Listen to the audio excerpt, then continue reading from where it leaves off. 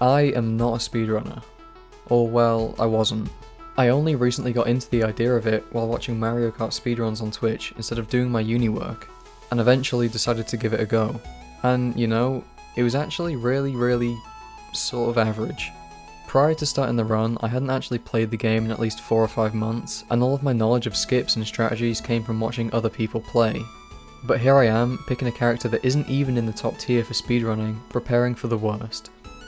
So, the run at hand was no items, hard CPU, 150cc, 48 tracks, and I set a little goal for myself of trying to finish in under 2 hours and 10 minutes, which seems doable, but combined with playing on the cartridge version, which adds a few seconds to every single loading screen, and me just generally playing the game like a pirate with 2 eye patches, it was a nice goal for me.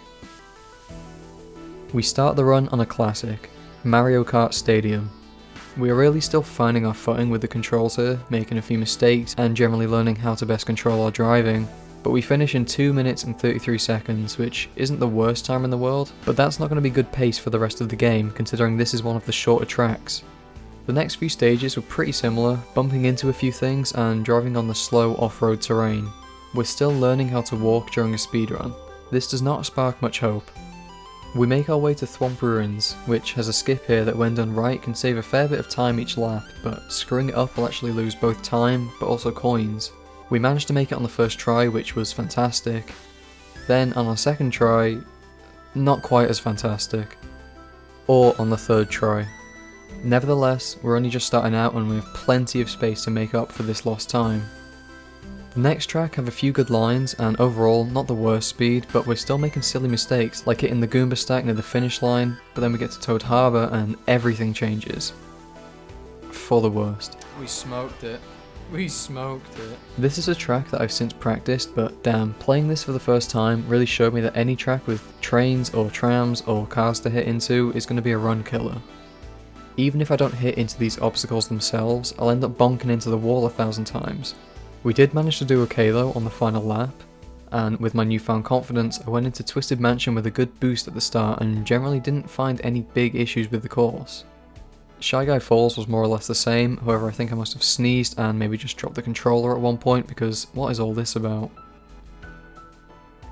Sunshine Airport is where we really started to hit our stride though. We were constantly going for routes that felt faster and started making some nice drifts. The next few tracks were fine, and other than my coin allergy in Electrodome and making a skip on my first attempt in Mount Wario, there really wasn't much to note. Then we got to Bone Dry Dunes. This is probably my least favourite map out of the entire 48 roster, so I'm not too torn up about doing badly here, but this was just the start of my fall from grace. This, Bowser's Castle, Rainbow Road, and somehow even Moo Moo Meadows were 4 tracks in a row that not only destroyed my time, but tilted me over and over and over and over again. Thankfully, we moved on to Mario Circuit, which is both an easy and forgiving course for us to detilt with. From there, we were a little up and down, having some good tracks and then some not quite as good. We managed to not even get first place on Toad's Turnpike because ooh look, funny cars, but then we got into some of the easier courses and really started to hit our stride again. We were hitting the skips, getting good lines, and managing to actually overcome our little coin allergy. We eventually made it to Tick-Tock Clock, and honestly, not my best performance. Other than Roy making it his life fucking goal to play bumper cars with me, I decided to first time the clock skip near the end, and I will never be trying that again. A few courses go by and we make it to the N64 Rainbow Road, which I think I made up a skip for that doesn't actually exist. Is it down there? No.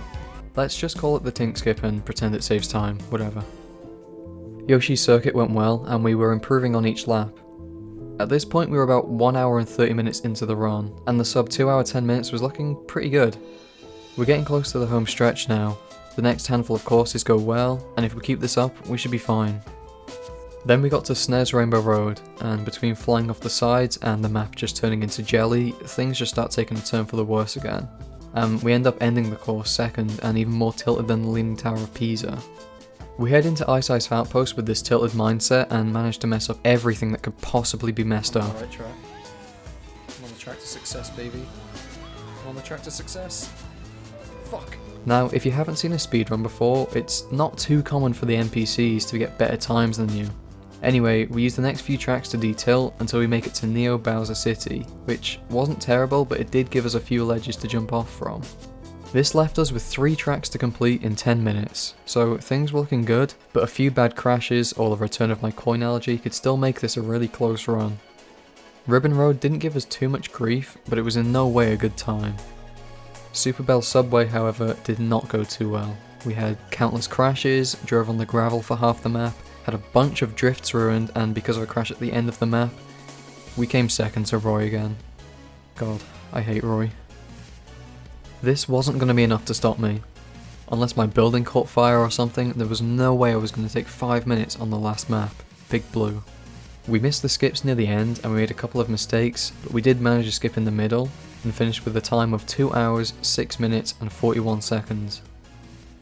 This isn't a great time, but for someone that's never done a speedrun in their life, this was honestly a bit of an accomplishment for me, considering I wasn't even sure if I'd get 2 hours and 20 minutes. I have a newfound respect for not only Mario Kart speedrunners, but for speedrunners in general.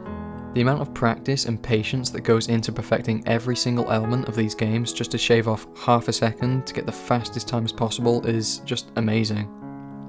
As of writing this script for this video, I've done 2 more runs, improving each time, and currently have a new PB of 2 hours, 2 minutes and 21 seconds.